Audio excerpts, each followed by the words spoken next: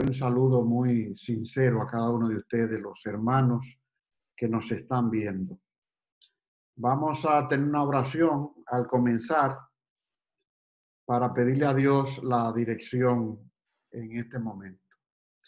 Padre Santo, Señor, por la vida y por todos los beneficios que tú nos has dado desde que nacimos hasta este momento.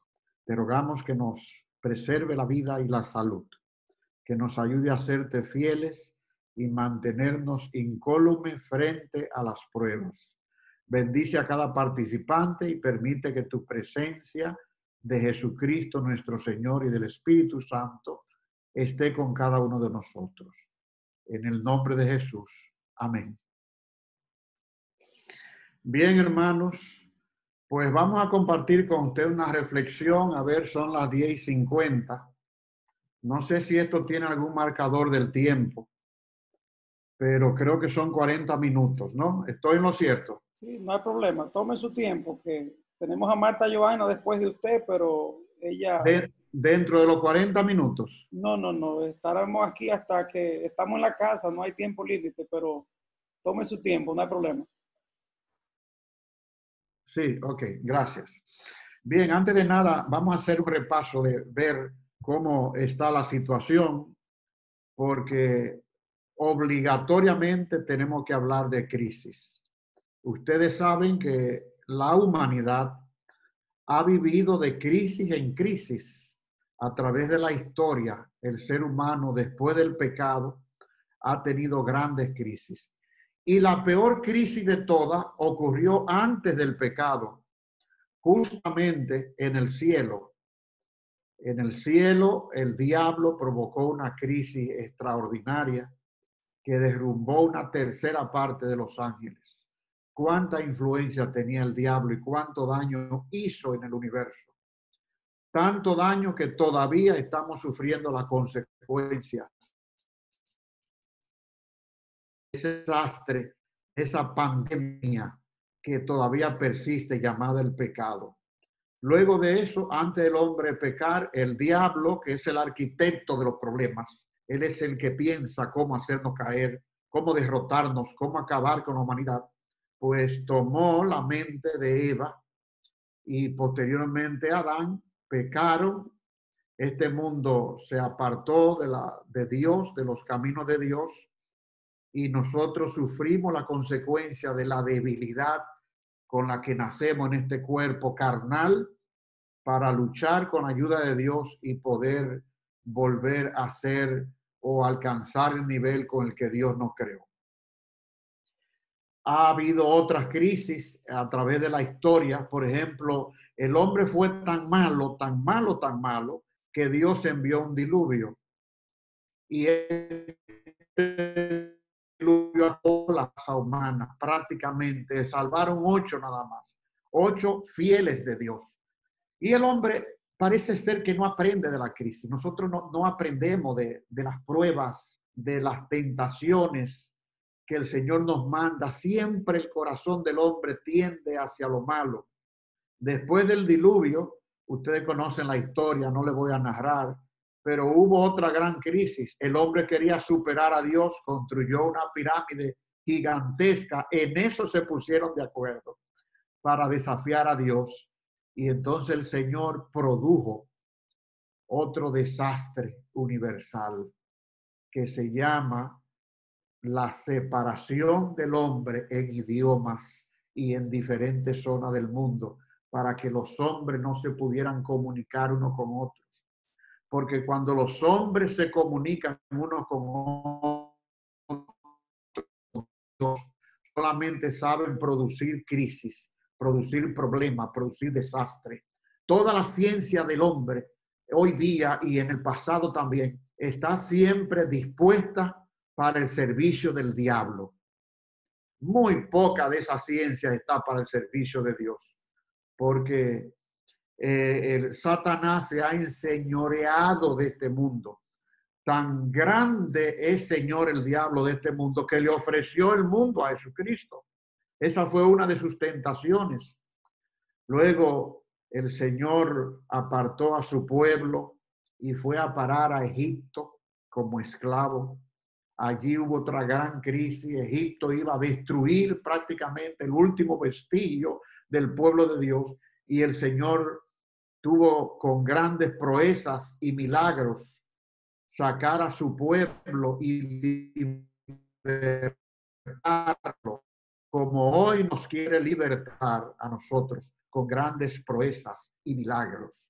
La lucha del cristiano será una lucha épica, porque es una lucha de todos los días, porque es una lucha que no tenemos un enemigo visible.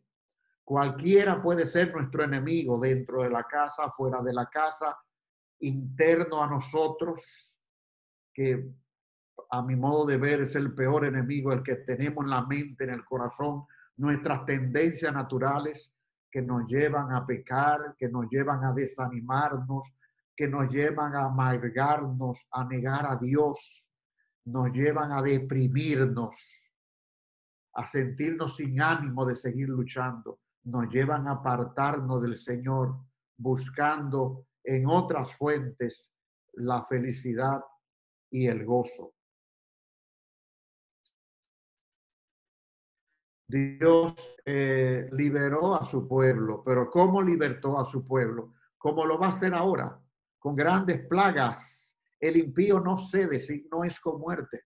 Nunca el impío ha cedido, a menos que sea con violencia y con muerte. Cuando no se matan entre sí, tratan de matar o acabar el pueblo de Dios. Eso ha sido a través de la historia. El diablo trata de borrar todo vestigio del amor de Dios. Ahora con esta tremenda pandemia, mucha gente está dudando de la existencia de Dios. Otros se están acercando al Señor, pero muchos dudan de la existencia de Dios. Cuando vienen tiempos malos, el diablo le pone duda a la gente. ¿Dónde está Dios? ¿Dónde está Dios cuando muere alguien? Veamos la gran crisis que ocurrió en el mundo. Como le dije yo, fue cuando el diablo rebeló contra el mismo Señor.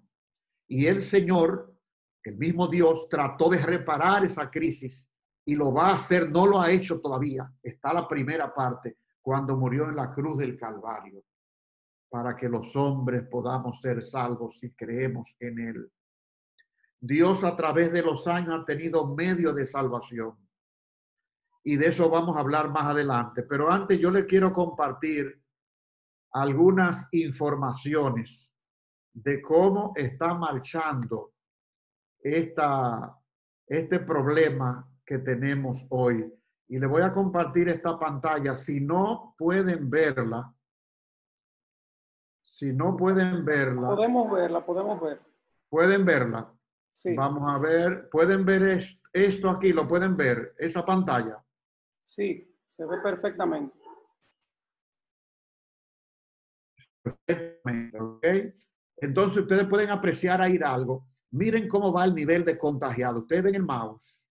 En este momento es esto: 1.725.436 personas han sido detectados con el COVID-19. Pero de eso han muerto 105.169 personas. Y ya estamos en 215 países. Es la pandemia más grande de la historia de la humanidad, aparte del diluvio. No hubo otra pandemia tan grande como esta, en tan poco tiempo y al mismo tiempo. No sé si pueden apreciar aquí y ver. Bueno, déjenme mostrarle aquí, por ejemplo, a Estados Unidos. Miren. Estados Unidos ocupa el primer lugar del mundo. Ahora mismo, a las 10:59, tiene 506.000 personas contagiadas que se han detectado. Se cree que esto se puede multiplicar por 4 o 5 que no han ido a hacerse exámenes. Por ejemplo, las personas ilegales que viven en Estados Unidos, ellos no se van a hacer exámenes porque creen que lo van a agarrar, lo van a confinar, lo van a meter en un hospital y lo van a deportar. 506.000. Fíjense ustedes cuántos muertos en Estados Unidos: 851 personas muertas. Solamente en Estados Unidos hasta ahora, hasta este minuto, 18.851 familias. Y lo triste de todo es, no se lo voy a mostrar, pero hay imágenes donde el estado de Nueva York es donde más muertos ha tenido que hacer fosas comunes para enterrar cientos de personas que nadie lo ha reclamado, que viven solo en Nueva York, no tienen familia, no tienen seres queridos, no tienen quien se duela por ellos. Han muerto, se han enfermado, lo han llevado a los hospitales, nadie lo reclama y lo están metiendo en hoyos gigantescos que han hecho con palas mecánicas, y con esa misma pala están tapando cientos de cajas con muertos dentro cada día. ¡Qué terrible! Fíjense ustedes en España, un país mucho más pequeño que Estados Unidos, 16.480 personas. En Italia, 18.000. Hay ciudades enteras que en cada familia hay un muerto en Italia. En Francia, 13.000. Y estoy hablando de países desarrollados. Noten ustedes, de países de los más... Y así está la lista a nivel mundial de lo que está pasando hoy día. Y aquí vienen detrás países latinoamericanos, que fue donde llegó. Por ejemplo, Brasil ya tiene más de 1.000 muertos. Portugal, etcétera. Y miren la República Dominicana, aquí en el lugar 45. Hoy tenemos 2.620 contagiados y 126 muertos. Muchos de ellos en la ciudad de San Francisco de Macorís.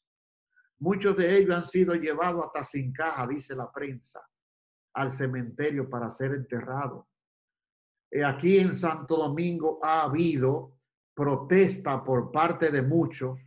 Noten ustedes, ayer Estados Unidos se convierte en el primer país que registra 2.000 muertos en un día. En un solo día, 2.000 muertos. Aquí tengo un cuadro que hice en el día de ayer de cómo están los contagios. Aquí se puede ver claramente que Estados Unidos está en primer lugar, España tiene 150.000 contagiados y Estados Unidos está ya en primer lugar después de Italia con 16.000 hasta el día de ayer. Lo que yo les mostré ahorita es al momento de ahora, y así viene la historia hasta nuestro país, que acaba de entrar este virus, apenas está comenzando y no sabemos hasta dónde va a llegar esta situación. Como yo le decía anteriormente, miren la prensa dominicana, cómo está. La pandemia rompe la costumbre, más de 100.000 muertos. Todas las noticias tienen que ver, la Iglesia Católica canceló los cultos, al igual que todas las iglesias. Todo el mundo está mueren personas en la cárcel, uno de la situación del virus, otros no de esa situación. Y entonces, queridos hermanos, el panorama no pinta bueno para la humanidad. Pero mientras 100.000, más de 100.000 personas mueren hoy día, en este mismo lapso de tiempo, más de 40 millones de personas han muerto. Niños desnutridos, niños de hambre, eso nadie lo cuenta. Han muerto por balacera en el mundo entero, accidentes de tránsito, de cáncer, de sífilis, de sida, problemas del corazón, enfermedades infecciosas que se pueden evitar con $1, como por ejemplo la enfermedad. Millones mueren cada día. Lo que pasa es que ¿saben por qué este susto es tan grande? Porque ahora aquellas muertes son causadas por la pobreza, pero estas muertes son causadas por la infección y está alcanzando a ricos y a pobres. Por eso la preocupación mundial no es por la cantidad de los que van a morir, ni por los millones que van a ser infectados, sino porque esta enfermedad no distingue entre ricos y pobres, y los ricos están preocupados no solamente por los muertos, sino por las pérdidas multimillonarias que van a tener a nivel global. Yo me imagino a Jesús con una cinta negra aquí de luto. Él está de luto no por el coronavirus. Él está de luto desde miles de años por la muerte, por los abusos, por las enfermedades que azotan a este mundo desde el jardín del Edén hasta nuestros días. Pero muy pronto esto acabará. Acabará de tal manera que el pueblo de Dios será liberado. Esta no es la última crisis que vamos a tener. De paso, esto va a cambiar la mentalidad del mundo. Ya la gente no se va a saludar igual, ya la gente no se va a tratar igual. La gente va a tener mucho más cuidado que antes.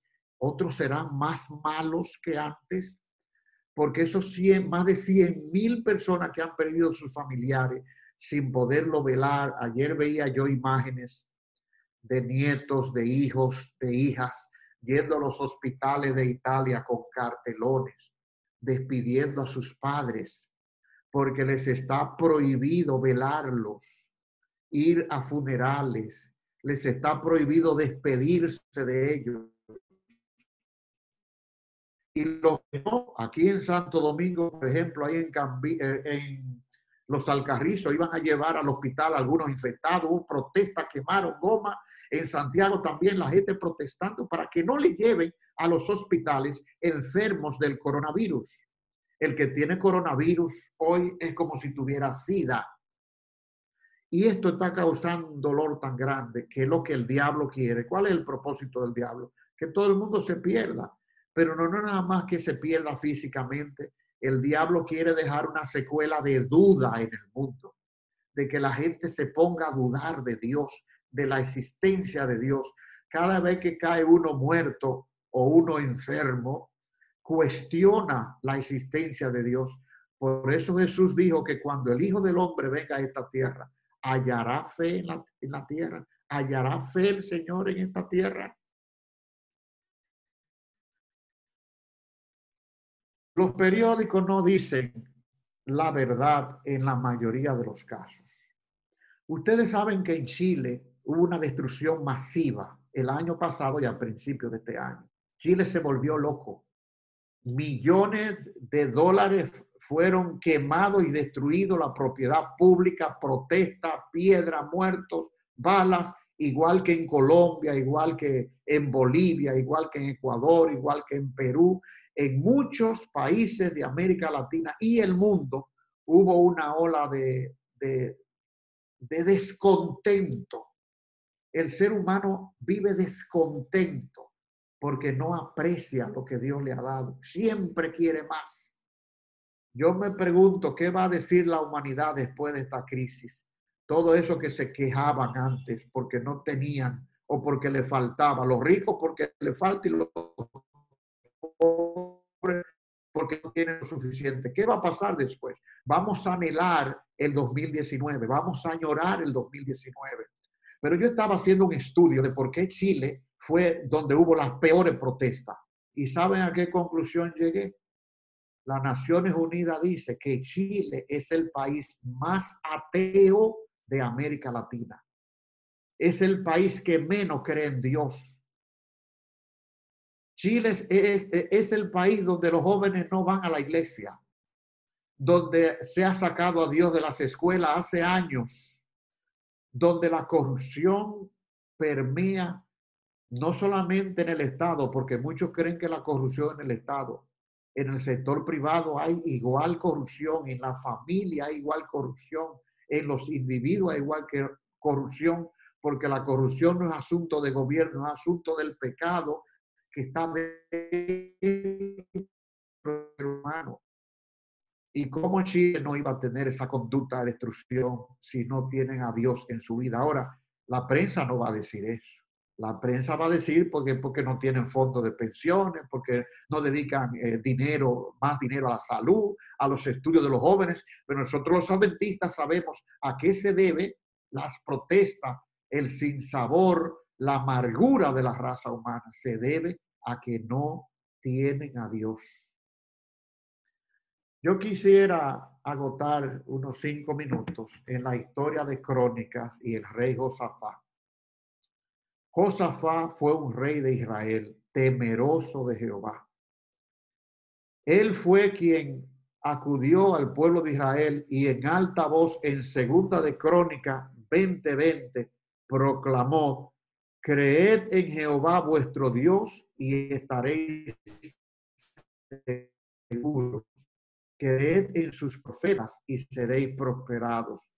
Y yo quiero darle una visión rápidamente de lo que pasó en la vida de Josafat cuando este hombre era rey. Rápidamente, veamos lo que pasó allí.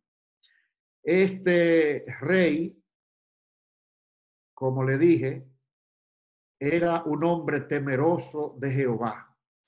Y dice la palabra de Dios que reinó e hizo lo recto, lo correcto delante de los ojos del Señor. Jehová estuvo con Josafat porque anduvo en los primeros caminos de David su padre. Mira cómo la Biblia aclara, ¿eh? Josafat imitó lo bueno de David en los primeros caminos de David, porque la vida de David no fue muy buena. Después que se volvió rico, después que se volvió sabio, como solemos hacer los seres humanos. Pero Josafat siguió el ejemplo de David en los primeros años de su reinado. Buscó al Dios de su padre y anduvo en sus mandamientos y no según las obras de Israel. Jehová, por tanto, confirmó el reino en su mano y todo Judá dio a Josafat presente y tuvo riqueza, gloria en abundancia. Y se animó su corazón en los caminos de Jehová y quitó los lugares altos y quitó los dioses falsos, se apartó de la maldad y confió plenamente en Jehová de los ejércitos. Y Josafat tenía una característica y mandó los sacerdotes, los jueces, a enseñar la palabra de Dios pueblo por pueblo, y enseñaron en Judá teniendo consigo el libro de la ley de Jehová y recorrieron enseñando al pueblo. Y entonces los pueblos de alrededor, cuando el pueblo de Dios fue temeroso de Jehová, tuvieron temor, porque cuando un cristiano se arrodilla y ora, los impíos tiemblan y los respetan. Sin embargo, Josafat gobernó cuando Israel estaba dividido en dos: el norte Judá y el sur Israel. En Israel había un rey llamado Acab, un rey malo, un rey impío. Y una vez a Josafat se le ocurrió ir a visitar al rey de Israel. ¿Y saben qué estaba pensando acá? En invadir a sus vecinos. Y como Josafat se quería congraciar con este impío le dice a Josafat: ¿quiere venir conmigo contra Ramón de Galaad? Y él respondió: yo soy como tú y mi pueblo como tu pueblo, contigo a la guerra. Josafat, para hacerse amigo de acá, le dijo: no, yo te voy a defender, yo voy a ir contigo a la guerra.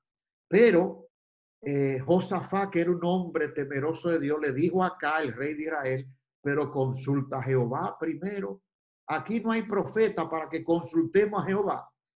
Y y acá buscó a los profetas que él tenía pagado, que había corrompido, lo corrompía con dinero, para que esos profetas pudieran hablar lo que al rey le gustaba escuchar.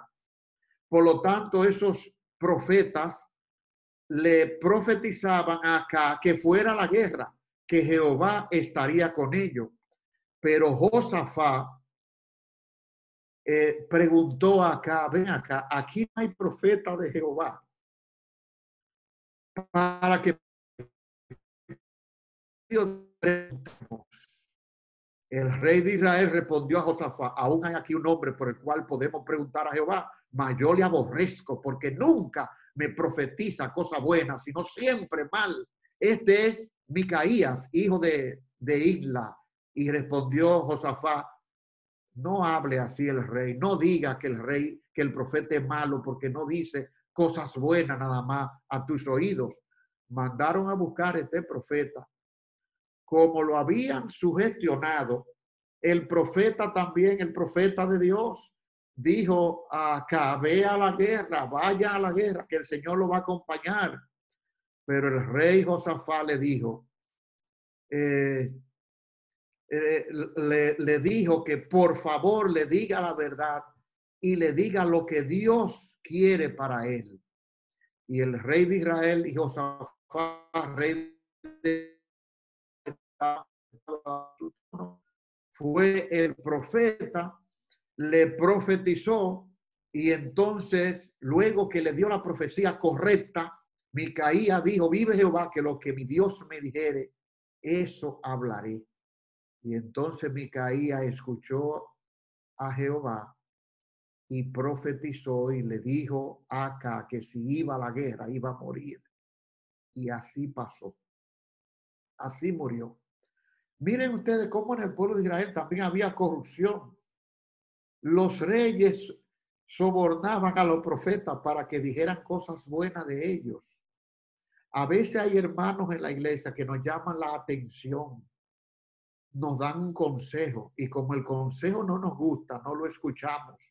Preferimos escuchar la lisonja de muchos que solamente viven alabándonos y seguimos el camino malo que llevamos.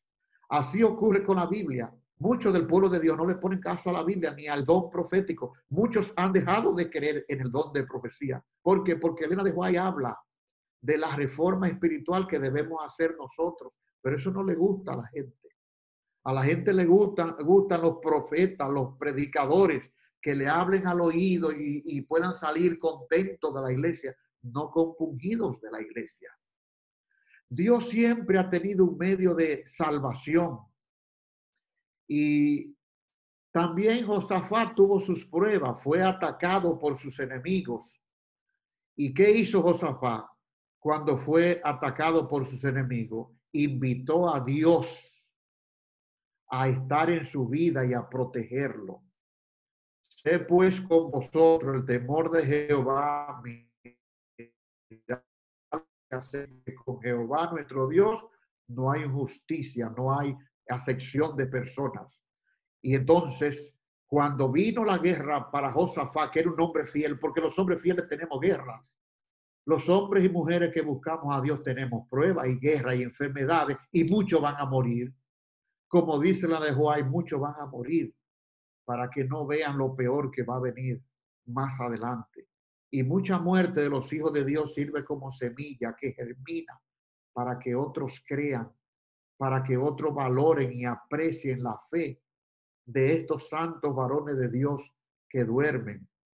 Entonces, Josafat tuvo la prueba y le dijeron que venía un gran ejército sobre él, pero él tuvo temor y humilló su rostro para consultar a Jehová e hizo pregonar ayuno a todo. Eso es lo que debe hacer un rey cuando hay pruebas y vicisitudes. Pregonar ayuno, orar, buscar a Dios en oración, unir la familia, unirse en torno al Señor. Y Dios nos va a salvar. No necesariamente nos va a salvar Dios del aspecto físico. No necesariamente. Dios nos va a salvar del aspecto espiritual, que es el más importante. Por eso los jóvenes hebreos, cuando estaban frente al horno de fuego, le dijeron al Señor, sepa usted que aunque nos mates, no vamos a adorar los falsos dioses. Si nos libra el Señor, amén. Y si no nos libra, igual. Y Pablo dijo, témale a aquel que, no el que puede matar el cuerpo. El diablo puede matar el cuerpo con el tiro, con un accidente. Puede matar el cuerpo con una guerra. Témale a aquel que puede matar la vida espiritual del ser humano. Así que, hermano, yo pregunto, ¿estamos listos para morir nosotros físicamente? ¿Tú estás listo para morir físicamente y vivir espiritualmente para siempre? Esa es la gran pregunta que todo el mundo se hace. Si vivimos o morimos, en Cristo Jesús viviremos. Dios siempre ha tenido un arca de salvación. Con Noé Dios tuvo un arca. Cuando Caín pecó, Dios levantó un cordero para su salvación. Cuando el pueblo de Babel fue apartado por el mundo en medio de la confusión, Dios levantó un pueblo, el pueblo de Israel. Cuando el pueblo de Dios estuvo acorralado en el Mar Rojo, Dios abrió el mar y le dijo a su pueblo, marchen.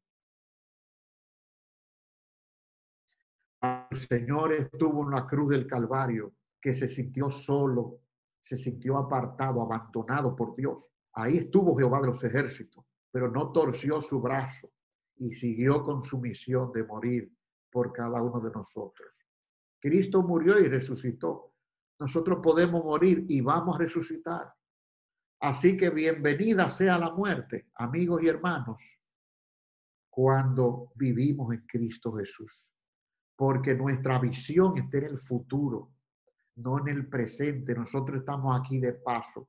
Nuestra misión final es el reino de los cielos. Y yo les invito a que afiancemos nuestra fe. Josafat, cuando estuvo en apuro, dijo, creed en Jehová vuestro Dios y estaréis seguros. Pero algunos predicadores dicen, ¿nos va a librar de la muerte? Sí, puede librar. Pero si no nos libra, aún así confiaremos en Jehová. Confiemos en el Señor Jesús. Mantengamos en nuestras casas resguardados. Quizás sean afectados algunos de nuestros seres queridos. Tal vez nuestra economía, y seguro va a ser afectada. Van a venir preocupaciones, pero vamos a depositar nuestra confianza en Jehová de los ejércitos. Él es el arca moderna. Jesús es nuestra arca. Jesús es el mar rojo abierto para que nosotros pasemos a través de él y encontremos la gracia de Dios y vayamos y participemos con él para siempre en el reino de los cielos, ya como pueblo salvado, victorioso, redimido y triunfante. Que Dios nos bendiga grandemente y les invito para que oremos. Gracias, Padre, por esta reunión que hemos tenido. Bendícenos, ayúdanos, Señor, a serte fiel. Estamos listos para lo que sea. Ayúdanos a prepararnos. Bendice nuestros hijos, nuestras esposas o esposos, nuestra familia. Protégenos y cuídanos. Si tenemos una misión que cumplir, danos vida para poder hacerlo y predicar tu evangelio. Y si tenemos que dormir, Señor, para sellarnos para vida eterna, que así sea y que sea sellada nuestra familia. Te lo pedimos en el nombre de Jesús. Amén. Dios les bendiga, mis queridos. Y muchas gracias por estar en reunión en este sábado del Señor. Bien, gracias, Silvestre, por darnos el privilegio de tenerlo en nuestras casas de manera personalizada. Y realmente nos sentimos muy a gusto de verle y de escucharle. Gracias, es igual. usted muy querido aquí en la ciudad de Moca. Usted sabe que la familia Méndez Tejada y tiene un cariño muy especial sobre usted. Y toda la iglesia de Moca que estamos aquí, actualmente habemos 32 familias conectadas. Y todos estamos agradecidos de tenerle. Muchas gracias y bendiciones a usted y a su familia. Amén. Gracias a ustedes, queridos. Dios les bendiga. Recuerden que la iglesia no es el edificio, la iglesia es la casa. Que Jesús esté en su iglesia pastoreándole siempre. Un abrazo fuerte a ustedes que les amo mucho también y que el Señor les acompañe. Amén. Bendiciones, hermano. Bien, realmente como hemos prometido a todos ustedes, hoy tenemos triple programa. Ya hemos agotado el segundo y vamos a tener un interludio para que pasemos a la tercera parte de este nuestro programa. Vamos a pedirle a Fernando, por favor, correcto. Bueno, entró antes de que lo anunciara. Continuamos entonces con Marta Joaña, que estará con nosotros.